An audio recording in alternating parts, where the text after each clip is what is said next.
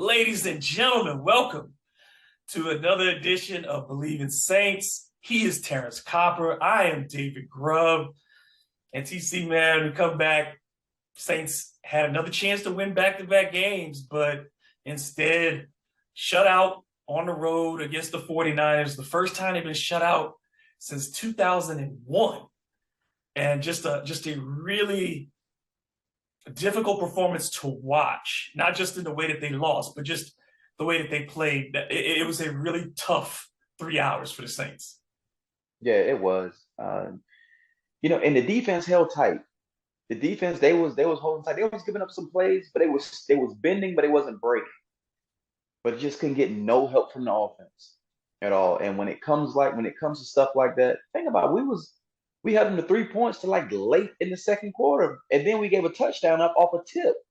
So defensively, I'm not so hard on the defense. I mean, they gave some plays up. The 49ers got an explosive offense. They Yeah. got some playmakers over there. And to limit them to 13 points, I feel like we got to win those games. If your defense hold a team to 13, we got to win. I mean, Christian McCaffrey didn't go off. Brandon Ayuk didn't go off. Nobody went off for the 49ers and had a big game. You held, like you said, Jimmy Garoppolo completed a bunch of passes, but they weren't for a lot of yards. They didn't power run you to death, which is something the 49ers typically have done. You didn't get beat up by George Kittle. So like you said, defensively, you had some really strong performances. I thought Paul Debo played well. And he had an unfortunate situation too. You get a good pick overturned by a call, and you hate to see that. But like you said, the defense put itself in position. You got to give a shout out to Caden Ellis, who gets the starting opportunity and comes in and gets 14 tackles. In that situation, when you're asking guys, like you said, well, guys got to step up. The defense did, for the most part, like you said, it did its job. It didn't allow for the 49ers a whole bunch of big plays. I think they only had, 2 or 3 plays total over 20 yards. It wasn't like the 6 or 7 that we've seen the Saints been allowing. And then, as you said, the turnovers when you give it up on the first drive of the game in your own territory and you fumble and give it up. The second time, you got a drive that's inside the 5 and you fumble and give it up when you're trying to give your team a chance, just a chance. Those things, it's again, every week it comes down to these little things for the Saints. And that's the difference between good teams and bad teams. It is. And like I said, you hit it right on the head, the turnovers.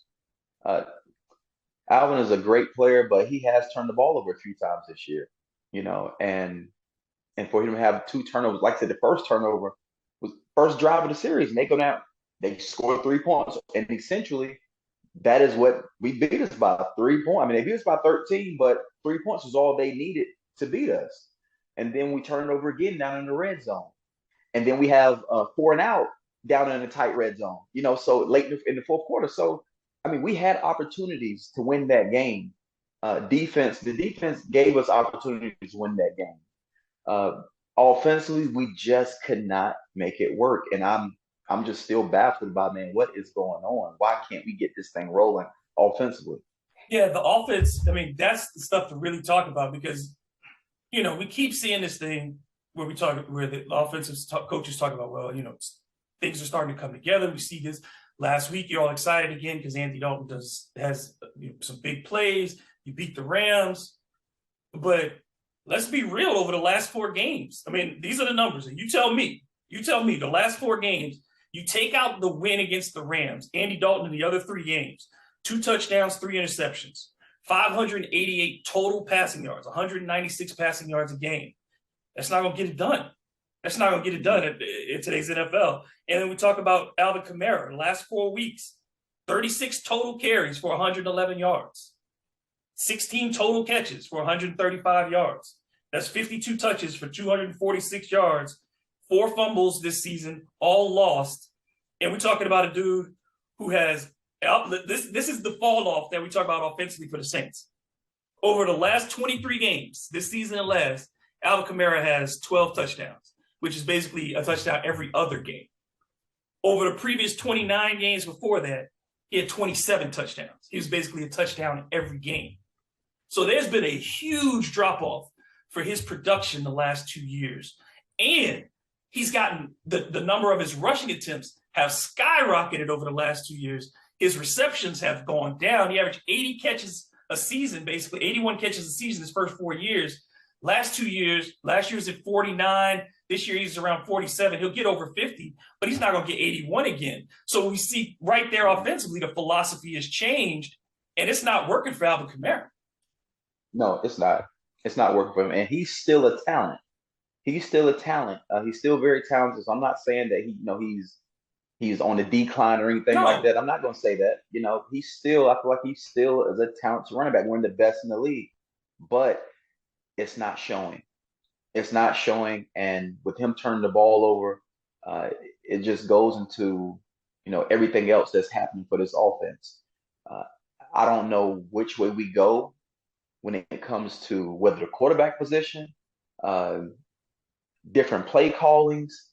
You just don't know which way to go about it.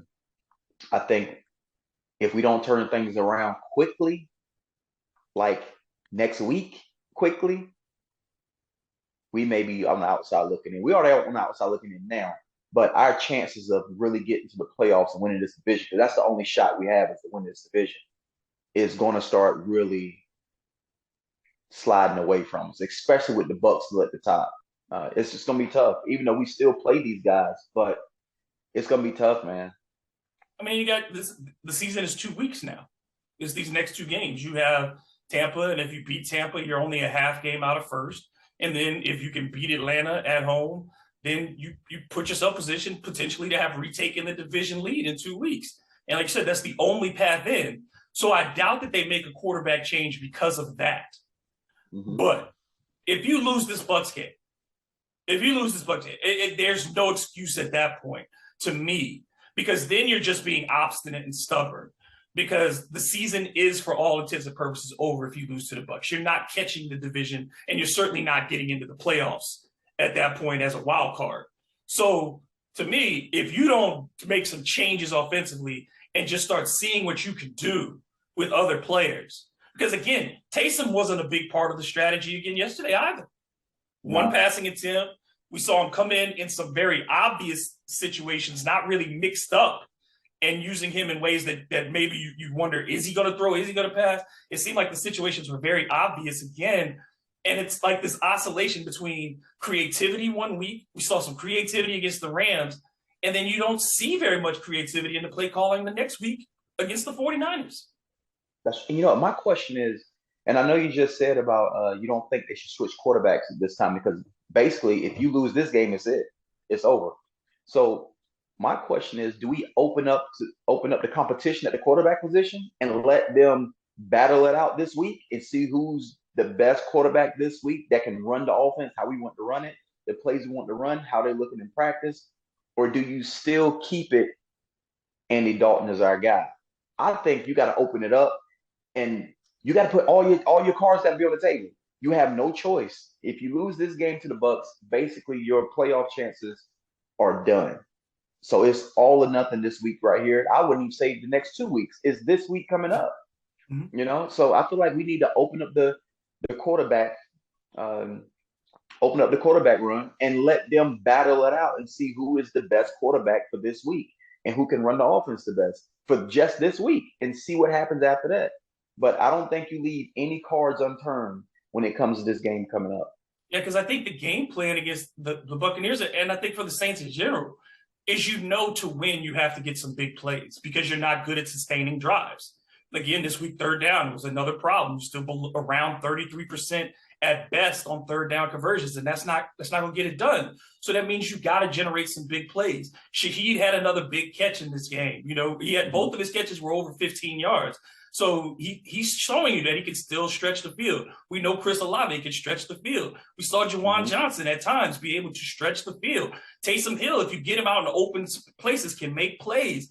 So to me, if I'm going and I know I need some big plays, and like you said, everything's got to be on the table, who has the better opportunity to give me the big play? Who can get me Chris Olave on the sideline for a 60-yard touchdown? Who can get me Juwan Johnson one-on-one and hit that out, throw, and maybe give him a chance to run after the catch?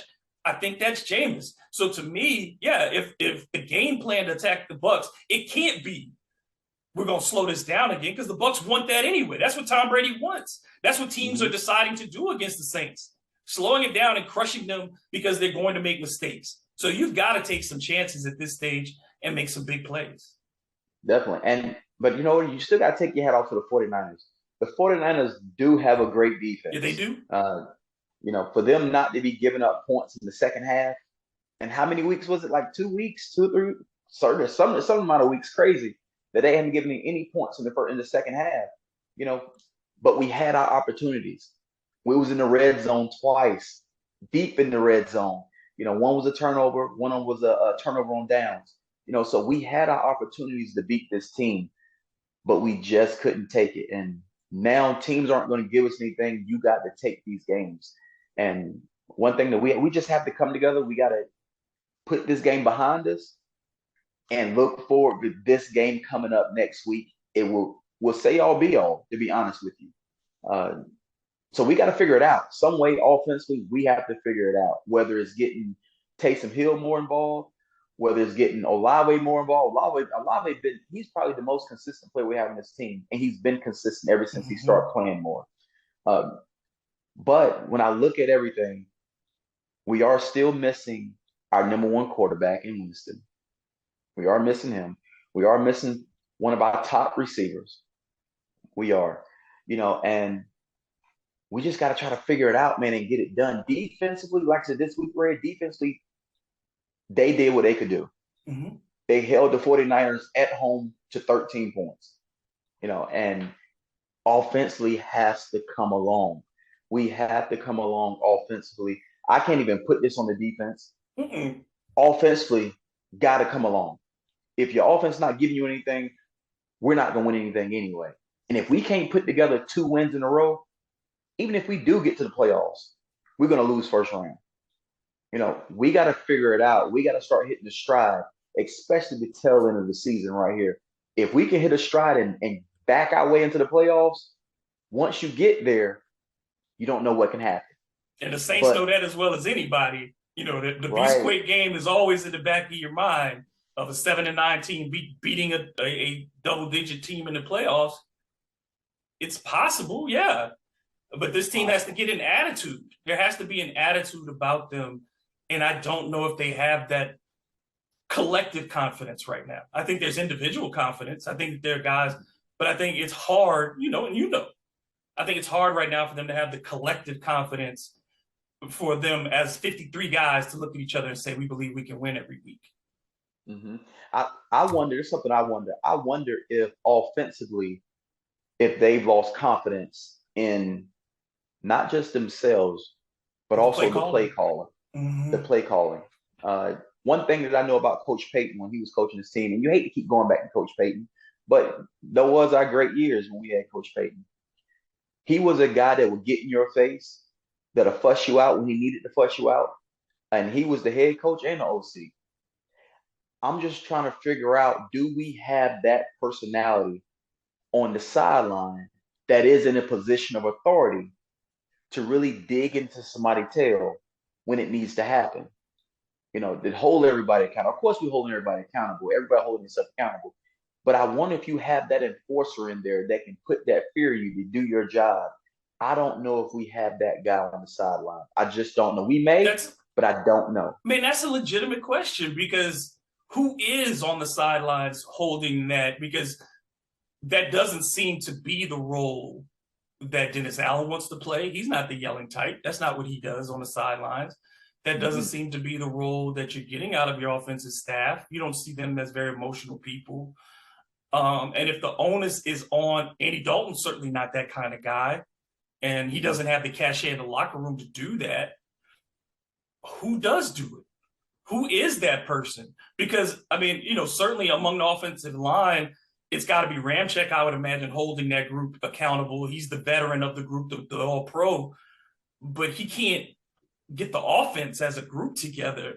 So, yeah, where does that leadership come from? Because you don't have it from – and, again, Michael Thomas was never the vocal guy in that group. That wasn't his thing. Alvin Kamara, that's not his job during the game. He's the running back. It's not his – he can't control the touches. So, it's who does have that role? You're right. I think that's a very interesting question to ask. Yeah, and the only people that can have that role and it really make an impact is either the head coach, the offensive coordinator, or the quarterback. Those are the only three offensively that can have that role and it makes an impact. Like I said, offensive linemen, I mean, you can have some veterans in the offensive linemen and they try, but offensive linemen are, they're not guys that are at the forefront, Right. you They're thinking know. about blocking situations. They're not thinking E- about e- game planning. Exactly. So you got to have somebody in the position of leadership. And that's either your quarterback, because he's that leader when you get on the field, your offensive coordinator, or your head coach. You got to have one of those three guys that are going to really right the ship and get on guys when they need to be get on, when they be got on. You got to have that guy in the locker room. When I was there, it was Drew, it was Sean Payton. Those when we were on the field, Drew commanded us to have to do things a certain way. Of course, off the field, meetings, practice, different things like that. It was Coach Payton. If you mess up, guess what? You come to that sideline, he gonna get in your tail, and he gonna tell you how he feel about it. He done it to me a couple of times. So but we don't. I don't think we have that enforcer. Defensively, I think we have it, I think you have a but number of those guys. Yeah. yes, but not offensively. I don't see it offensively. Let me ask you this question then. Because if you have a situation where your quarterback and your offensive coordinator don't have a lot of familiarity with each other, didn't play, haven't been together before, and your backup quarterback is also a guy who's new to the organization, your offensive coordinator is a guy who's new to that role, how do you have a positive creative tension there when guys don't know each other to be able to come back? Because I think that's part of it too for me to want to go to Jameis is that over these 3 years, at least Jameis knows some of these guys to the point where I know what Alvin likes with the ball. I've been around him enough practices, enough game situations. I know where AK wants the ball. I've been around Taysom enough to know, some of these things that I see with the Saints that maybe I could feel comfortable talking to coach about and saying, Coach, I see this, Coach, I see that. Can we try this? Whereas a Dalton, who is a veteran that has seen a whole bunch of systems, but doesn't know this personnel per se as intimately as he might somewhere else. I think that maybe, can contribute to, I don't feel as comfortable going up to the OC and saying, let's change this. I want to do something different conceptually because I'm feeling this and these guys are feeling that. And do you think that is part of it too? I definitely think it's part of it, but I also think that's part of the reason. I think that is the reason why you give this coaching staff a pass this first year. They're all stepping into new roles. Your quarterbacks, you're stepping into new roles with your quarterbacks, trying to learn them, trying to trust each other, because you got to have that trust in your quarterback. Your quarterback got to trust your coaches. You got to trust your quarterback, but it all comes with time. It comes with time. It's not just going to happen overnight. So I feel like that is the reason why you give the coaches a pass for this year. This, regardless of how we felt about this season coming into the season, we didn't feel like this was a rebuild season. We didn't feel like, well, we felt like, we was going to hit the ground running once the season started. But looking at it, this is a rebuild year. It's a rebuild year. I mean, you still have the talent, but you have some key pieces that's not there anymore. And the biggest key piece is Coach Payton. He's not there. You still got Drew Brees. He's not there. So the pieces that you usually would have, it's not there anymore. And everybody knows if you want to have a successful offense, you got to have a quarterback and you got to have an offensive coordinator that knows exactly what he's doing. Not saying Coach Pete don't know what he's doing. I feel like he does know what he's doing. I think he know I feel like he is the guy for the job. So I'm never going to go away from that. I just feel like they need more time. This is his first year being offense coordinator. You know, this is Coach Allen, not his first year being a head coach, but it's his first year being the Saints head coach. So we got some key pieces. This is Jameis Winston first year starting for the Saints. Well, he got hurt the other year, but this is Andy Dalton first year starting for the Saints. So we got key pieces offensively that hasn't been there before. In these roles. So offensively, this is a rebuild year, regardless if we have Taysom Hill, regardless if we have Kamara, regardless if we have these guys. The key pieces are new. The The offensive line quarterback was position, rebuilt. yes. So defensively, their defense haven't been perfect, But a lot of the things that they're going through sometimes reflects because the offense can't get anything going. So they left on the field a little bit longer. If you had And 10 don't minutes, 10 minutes more yesterday. exactly, so I really think a lot of it comes down to it's just a new coaching staff. You got a new quarterback in there, and those are three key pieces that you got to have to be efficient offensively. And because the defense always comes along quicker than the offense does, always. But I feel like that is a reason why we're struggling because they're just new to the system, or not to the system, but they're new to each other when it comes to these roles. That's why I feel like we give the coaching staff a pass this year. Let's try to finish this thing on a strong note to get to the playoffs. But if we don't get to the playoffs, I'm not saying, oh, let's get rid of the coaches. You got to give them time. This is their first year. You got to give them time. I mean, there's a lot that needs to be fixed, certainly for the Saints for next season. And we're already looking to that. But, while this season is still going on, can't deal with what if, can't deal with what might be. Whoever's going to be there is there right now. And Right. this is the team you got to deal with. And it's just, they are what? I think they're 3.5 point underdogs right now to the Bucks, who lost like on Sunday. The Bucks are not a team you fear, but if you're the Saints, again, you don't trust them at this point to not make mistakes. That's the whole thing with the Saints, is you can't trust them to not shoot themselves in the foot. And I have no doubt. I mean, I'm sure we'll see as the injury reports come in later this week and whatnot. The Saints are going to this one undermanned again. Again, they'll be missing people again. But I have no doubt this would probably be another close game in Tampa. That's what they do. They play close games in Tampa. And I think the difference is going to be, once again, can they not make mistakes? Can they get something big? Can you get one or two big plays that you really need, over the course? Every team needs a couple big plays over the course of the game. And the Saints haven't been able to generate them in 3 of the last 4 games. And that's been a big problem. And I think that you're, opening up the offense somehow. You want to take smart risks, calculated risks. You don't want to be throwing it, like I said, we're not trying to throw the ball all over the place and get interceptions, throwing it 45 times a game. But I think there are times that the Saints need to take some calculated risks, and get the ball into their playmakers' hands, or at least give them a 50-50 chance at making a play. The word you used was trust. And that is the best thing. To me, that is exactly where we are faltering at. When it comes to trust, you don't know who the Saints are. You don't know. Sometimes they come out and they look like, man, we could be Super Bowl contenders. And then you come out like, man, we look like we just at the bottom of the barrel. You don't know who you're going to get. And when it comes to coaches, I'm going to tell you how coaches think when it comes to players. They got to be able to trust you. You being inconsistent, you can't trust them because you don't know who you're going to get night in, night out. If you're bad at one thing and you're consistently bad at it, guess what? I can at least trust you because I know where you falter at, where you have your issues at, and we can kind of work around that Right. and put you in situations. But if you're inconsistent, I can't trust you. So I can't play you because I don't know which guy's going to show up. And for this team, that's what it is. We don't know which team is going to show up. And it's hard to trust I can say who you have on the team. It's hard to trust the team because you just don't know who's showing up. Consistency is the key. Consistency is the key, and the Saints have been consistently inconsistent all season long. But they get another chance on Monday night, and that's the good thing about pro sports, is there's always another week, there's always another game, another opportunity to prove yourself. We will be back later this week, like I said, to update you on the injuries and the matchups and see how things will look going into that game. TC, any final thoughts on Sunday before we move out of here, brother? You know what? I still believe in the Saints.